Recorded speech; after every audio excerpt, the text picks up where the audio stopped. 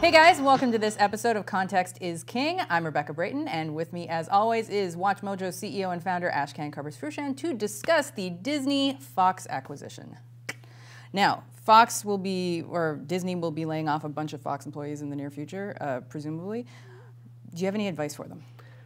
Do I have any advice for them? Well, there's like the good, the bad, the ugly, I guess. So basically what's happening is Disney is buying Fox. They're not buying Fox, sadly, for the people. They're buying Fox for the catalog in order to have more programming to fight against the Netflixes of the world and the Googles Star Wars. of the world. Sorry. Yeah, I mean, it's Star Wars, it's all that, right?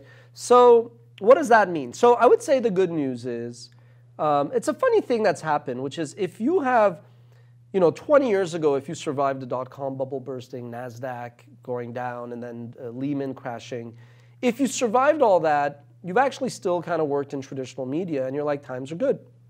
You're making good money, great perks. It's kind of the studios are kind of being attacked by big tech, Google, Amazon, Facebook, as well as Netflix, the streaming platforms. But by and large, life has been good for you until now. What Disney is going to be doing is it's going to be swallowing Fox, but not necessarily taking the vast majority of its employees. So there's going to be this deluge of really experienced, smart, creative. Like even if you work in sales and marketing coming from Fox, you kind of have creative DNA you have creativity in your DNA. So they're going to be flooding the market. Some of them are going to go to very different industries. Some of them will be going to advertisers, marketers, agencies who themselves are undergoing change. But I think a lot of them are going to be entering new media, the WatchMojos of the world, and companies like that.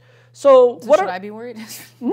Well, that's actually the point. So I'm not cheating or answering texts. I have some notes here. So one, I think what it shows is that storytelling is more important than ever. I've alluded to that Steve Jobs quote about storyteller is like the most important person of the generation. Straight out of the gates, the good is they should be confident. They have a skill set that is in demand, which is good. Now, that being said, I will say that the mistake a lot of you guys are going to make, and this is based on my own dealings and wheelings with these profiles of people, but also what other entrepreneurs tell me, what headhunters tell me, investors that are looking at positioning these people at companies is, I think you guys are going to care a little bit too much about what you've done in your past. It's a bit harsh to say. It's kind of irrelevant. And the reason for that is you've done wonderful things, but the same way that like sometimes millennials are bashed unfairly, but they really get social media platforms, they get the right pace, they just operate differently, so you got to see the good in them. So we kind of are too negative towards millennials sometimes. I feel sometimes people with experience, yeah, it goes both ways. On them for being old and not getting it, but they have a lot of good experience. But I think sometimes you guys are going to come with like, this is what I know and the way we used to do things. And I think you guys just have to be careful that it's less about what you've done, and you guys really have to position it about what you're going to do for these companies going forward. And I hear this all the time. I'll speak to my peers at other companies, and I won't name them, but they know exactly who they are. They're welcome to comment in the comments below. They'll be like, I met this guy, he's great, but he spent an hour telling me all the things he did. He didn't really articulate what the hell he's going to do going forward. Two, I had a headhunter tell me this verbatim.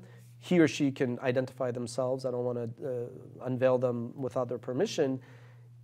Stop telling us what you used to make at these companies.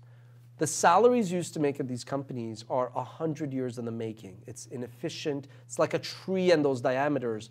Irrelevant, right? So when you talk about these new media companies that were ultimately born out of efficiencies and effectiveness and speed and lean, to have these guys and girls come and say, I was making these crazy sums of money, just so you know, all you're doing is, as like a founder or CEO, it's good data, but I'm trying to bring you into an organization where you're going to work with people who have a very different salary history.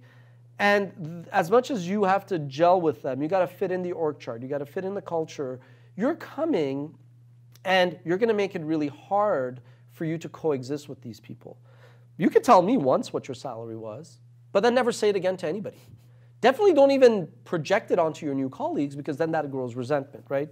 So the other thing that I would say is, I used to believe the adage of like, it's not what you know, it's who you know.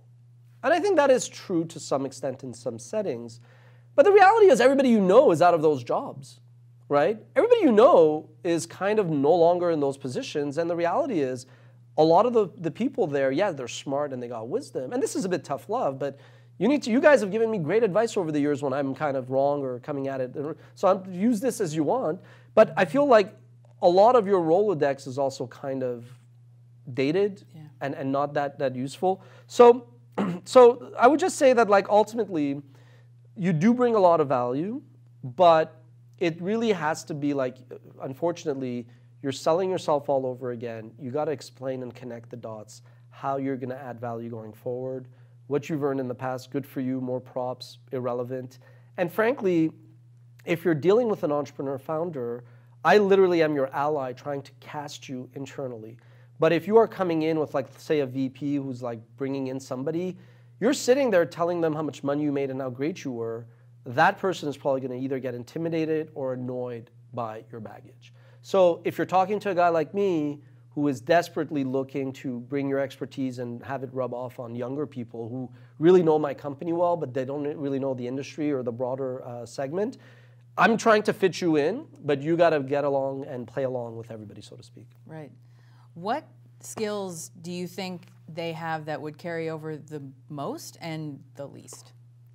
Skills or characteristics? Okay. Yeah, I think the whole understanding, so again, I'm going to paraphrase another guy who relayed this to me. He was like the CEO founder, so he hired somebody from a traditional media company, and apparently this person was like, oh, so what car service do we use? And the CEO was like, yellow cabs. The second day, this person was like, well, if we stay late, I get to order catering service. And the CEO was like, I bring sandwiches. I got a paper bag and a sandwich. Like, you're not at your old company. So I think this whole idea, like there was this article in Variety, and it was like, oh, you may no longer be flying first class, and like your lunch expense accounts are less. I was like, buddy, you got to understand, there are 4,000 of you that have been laid off. If you even have somewhere to travel to, and if you even have somebody taking a meeting with you, that's a lunch and not like quick coffee or phone call, you're lucky because demand and supply matter. So I think the biggest thing is just that adjustment. And I want to now juxtapose that with where that profile brings a lot is there is this element of in technology where you're writing a code that either computes, you get the right answer, or it doesn't. So you could cut through the bullshit quite a bit quickly. You know if a coder can code. You know if an engineer can engineer. In the business of storytelling, there's a lot that's art and science. There's a lot that's taste. There's a lot that's judgment. There's a lot that's gut and instinct. There's a lot of mistakes, right? I mean, the more budget you have, the more you're going to spend, the more you're going to waste. So if you have somebody that could come and be like, look, you're going about it this way. This is a better way to do more in less resources, less risk. If you could bring that expertise and actually be like, I talk a lot about mistakes. We all make mistakes. I think if you're like, afraid for your job, you're not going to talk about your mistakes a bit, so I think it speaks more about job security. But if you were to come and say, look, these are like mistakes I've done, let me help you with like shortcuts, but then also really, really take the workforce to the next level. I was very fortunate that like when we brought on, when we went crazy and brought like way too many, given our size, we brought way too many senior execs. I did it because I was like, okay, the value to me is more as advisors, but as advisors, they're not going to rub off on the team overall, the 50 plus people. So I was like, I'm going to bring all these people full time because if they're around, then they'll sit in more meetings and then they'll rub off more people. So I think that's the main value. If they could kind of play up that, but drop the whole, what car service do we use? Well, I guess there's a silver lining there somewhere. Thanks, Ash. And let us know what you think in the comments. And if you want to see more, check the link below. See ya.